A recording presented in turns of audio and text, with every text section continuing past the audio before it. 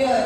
So, kanina part, atong storyaan kung unsay mahitabo sa pagkaon nga atong ikaon.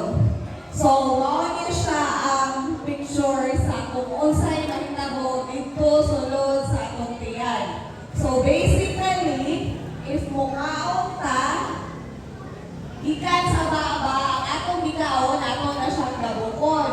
Kuman, tunlon, punta dito sa tiyan.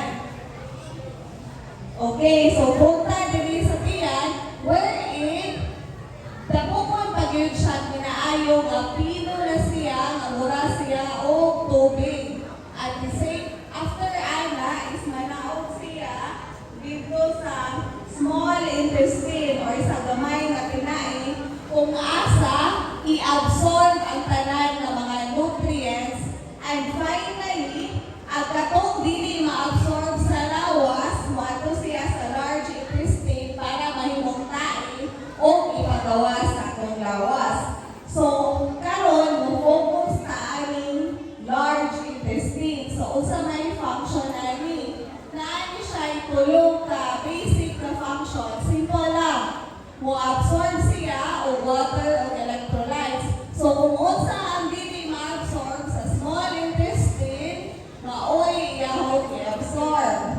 Ikaduha, mo-form and store species, and lastly, transports waste. So, mauna siya iyang tulong na importante nga function. So, kani siya nga party is very important sa atong topic karon, which is ang colorectal cancer. So, di ba, 2 nights ago, nag-discuss na ta sa breast cancer, wherein bukod siya nagtubo sa breast. So, kani colorectal cancer is bukol or tumor ni siya nga itubo sa large intestine. So, mauni siya ang third leading cancer site sa mga lalaki o fourth sa mga babae. So, ang kuwan ng niya is, it is a silent disease. So, mura siya o high blood or hypertension or diabetes mellitus, wherein pwede na ang tao na nagayani pero wala na siya ibati. Again, it is a silent disease. So, ngayon ang pagka-colorectal cancer na isa katao. So, mauni ang risk factors kung unsa ang dili nato ma-control. So, ano na tayo tulo? Number 1, age more than 50 years old. Ikaduha, family history. So, kaliwat kung natay ginikanan or igsuon or mga auntie, uncle, or anak na na-diagnose of colorectal cancer, kita mismo na atay taas na risgo ay sakita. O ikatulo, ang race. So, common yun siya sa mga Black Americans. So, may mga tao, Pinoy man ko, at least, luwas ko ani gamay. But mind you, sa karon, nagkadaghang kaso ani sa Filipinos, kay ato mang gi-adapt ang Western diet. So, naapoy mga risk factors na pwede nato ma-control. So, dirita mo focus, kay naman tayo mabuhat ani. So, first is ang high-fat diet. Diba, kahinunggo mo, last 2 days ago, nagstoryaan na about Pinggang Pinoy, wherein much sa food kay na ay go, grow, and glow. Mas taas sa glow. So, mas taas sa fruits, mas taas sa vegetables. Pero ang kahitabuan ni is mas taghan na ang mga karne as well as fatty foods. Next is smoked foods. Oh, kani. Lami ang magani kayo, di ba? Sinugbang isda, sinugbang manok, sinugbang baka. Lami yun siya kayo. Pero kani siya, ipato mo gani siyang kanon, once naanan niya siya sa tiyan, mo-form niya siya o chemicals na makadaot sa kinain. Next is sedentary lifestyle. So, the move less siya, walay exercise. Ang pag-exercise, aside sa makatabang sa overall kapanglawas, makatabang po niya siya nga mulihok ang atong pinais. So,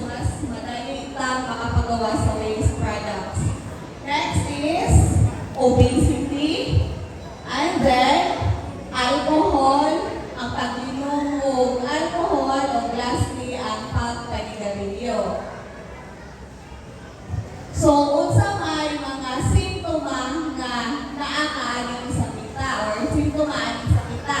So adunay duha, obstruction o bleeding. So unsa may pasabot aning obstruction?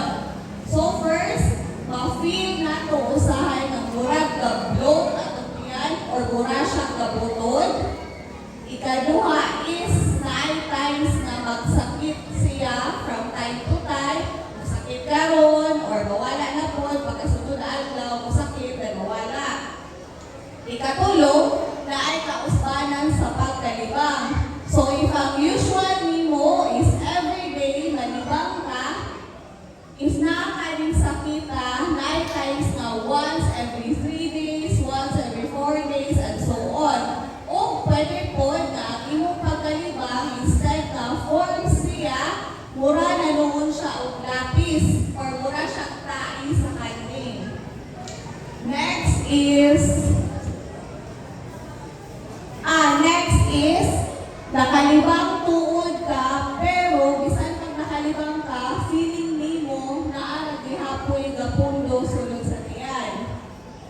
And lastly is, mo-action ka o digwa-digwa as well as suka. So ang ikaduha nga klase sa simptoma is ang bleeding. So unsa may manifestation ani niya? Basically, makabantay mo nga if malibang mo na ay sa dugo, pwede nga pula siya or pwede nga itong siya kadugo. And also, magsige kang luya, usahay mabuyod ka, kay ubo na lang ang dugo sa imong lawas. O non-specific na simptoma, pag weight loss ka, isang wala ka diet. So, pero nakabalo na tao sa simptoma, ani nga sakit, adto ta sa prevention. Sao na kung paglikay, na makakuha ta aning sakit ta. So again, focus ta dito sa mga risko or risk factors na pwede natin ma-control or natin mabuhat. So first, again, ako dito siyang i-overemphasize ang pinggang Pinoy. Mas daghan ang raw and low na foods ay agad may karne. So isa, 1/4 lang sa plato. Dili kay bali. And then, sunod is, of course, limitahan na to ang pagkaon sa mga smoke foods or sa mga isuka nga pagkaon. And then, move more. So, exercise. Atong miangin 2 days ago, nakastorya naman ta ko unsay ways to exercise o pila ka minutes every week. So, kung moderate intensity, more than 150 minutes a week. If rigorous na exercise, more than 75 minutes per week. Sunod is be at a healthy weight, avoid obesity, avoid alcohol, and avoid smoking.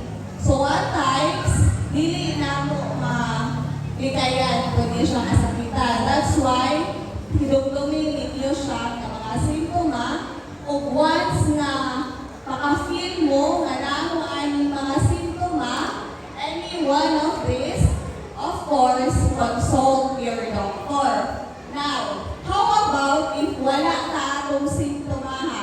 Healthy ka ita, wala ka ka-experience na magsakit-sakit ang tiyan, atong tae, everyday, malibang ka, normal lang ang color, we need to always consider na again, kani siyang sakita is a silent disease. Once na kong mga simptoma, kasabot na advance na siya or kuana kanang gigulanap na siya sa ubang parte sa lawas. So that's why very important ang early detection. So sao man kini? So ibutan ka na 50 years old, happy birthday. So inyong hinumduman, once nang wabot no sa 50 years old, start yun mo screening. So pag birthday ninyo, dungan ko din siya ka screening. So anaay tulo, fecal occult blood test, i-check ang tae, if naa ba siya itugo, kaya types, dili na to siya makitan, pero naadi ay ginagmay na kadugo kasama sa tae. Ikaduha is flexible sigmoidoscopy. So kung gamit na siyang scope, ang scope is na Pasunod na dito sa inyong tinae, ng taon, it is done every 3 years, then ang isa is colonoscopy. Tibuok, large intestine, makita yun na siya.